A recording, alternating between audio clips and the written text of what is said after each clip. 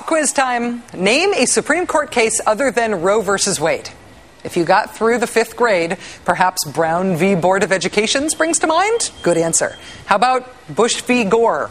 The Dred Scott case? Marbury versus Madison? The People versus Larry Flynt does not count, but thank you for playing. In the latest unsettling Sarah Palin interview moment on our growing list, the governor reportedly came up empty when the subject of Supreme Court cases came up during her marathon interview with Katie Couric.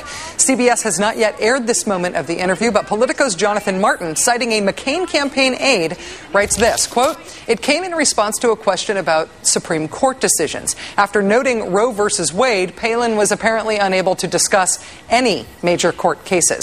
In the portion of Palin's interview that did air tonight, Couric asked Palin whether global warming is caused by human activity. By the end of the exchange, it's not clear whether Palin blames man for global warming or vice versa. You know, that there are man's activities that can be contributed to the issues that we're dealing with now with these impacts. I'm not going to solely blame all of man's activities on changes in climate, because the world's weather patterns are cyclical, and over history we have seen changes there. But kind of doesn't matter at this point as we debate what caused it. The point is, it's real. We need to do something about it.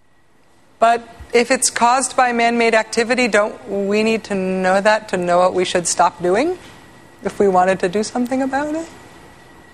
As the uncomfortable interview moments pile up, so does dissatisfaction with Sarah Palin's place on the ticket. If you're keeping score at home, even if you're only counting conservatives, the Palin pick has now been publicly questioned by former McCain advisor Mike Murphy, conservative columnists Kathleen Parker, George Will, and David Brooks, former Bush speechwriter David Frum, who solidified his criticism today, telling the New York Times, quote, "I think she has pretty thoroughly and probably irretrievably proven that she is not up to the job of being president of the United States.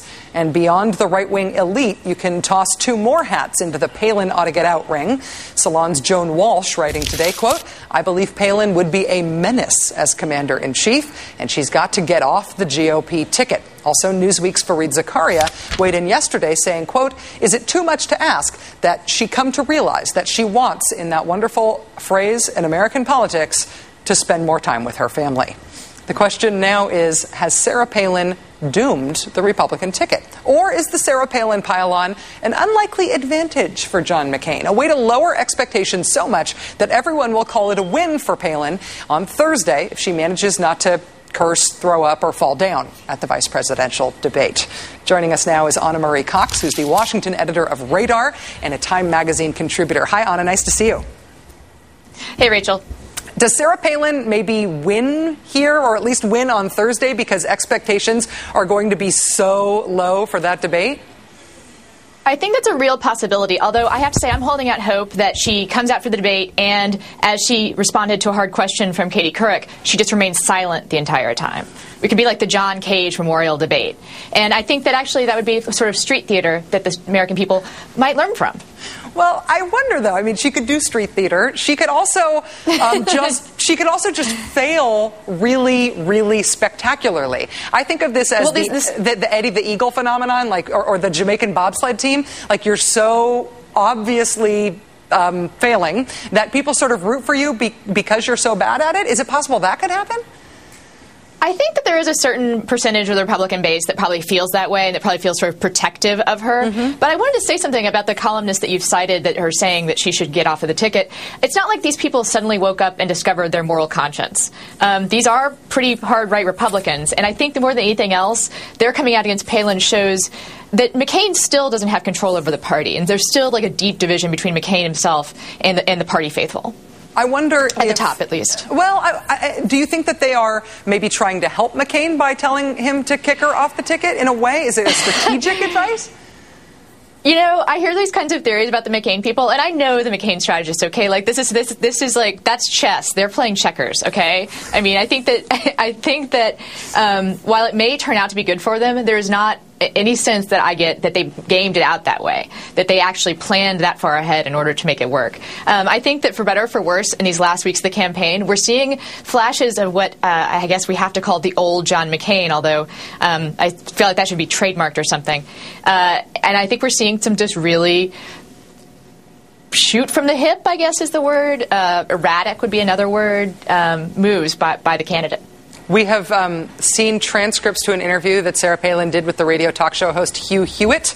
And in this interview, Hewitt paints Palin as someone who is embattled, fighting with the media. And she responds by referring to herself as working class. She calls herself Joe Sixpack. I wonder if there's a class element here to try to say, yeah, I may be failing, but I'm only failing because the upper class elitists are picking on me, and therefore I should be identified with by regular Americans. I think that's definitely a tactic that they're trying to use. I mean, it should be pointed out that her family has a combined income of, I think, $250,000 and several different properties and a plane, at least one plane. So maybe that's just how you get around in Alaska, though. I should say that. That and snow machine, I understand, very necessary. I do think that she's definitely playing that card. I also think that in some ways it probably rings true to people. I mean, that accent really only makes sense if you're Joe Sixpack. Well, I guess the last big picture question with all of this advice to the McCain campaign that they ought to drop Palin. That's only happened. It's only really happened once in modern history. They dropped Eagleton, right? And that didn't turn out so well for them. Is there any way that they really do drop Palin and then McCain goes on to win? Could he replace her with somebody so impressive that it completely remade the race again? Like Hillary Clinton. Yeah, that might work, sure. Or Bill. Or Bill. I do not think that's going to happen. I think in the same way that we're seeing sort of the old John McCain in some of these flashes of strategic or non-strategic brilliance, I think that he is a stubborn man. And I think that all of this ganging up on her, or what they see as ganging up on her, is really just making their resolve stronger. These are people that are, he likes to go down in a fight. Let's put it that way. Anna Marie Cox, Washington editor of Radar, Time Magazine contributor, thank you for joining us tonight. Thank you, Rachel.